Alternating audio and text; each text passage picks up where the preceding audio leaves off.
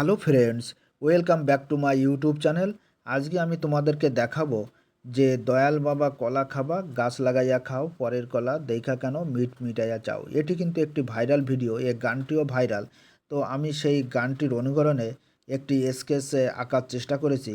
তো দেখো, আমি প্রথমে লাইট পেন্সিল অর্থাৎ হালকা পেন্সিল দিয়ে হালকা করে ড্রয়িং করে নিয়েছিলাম।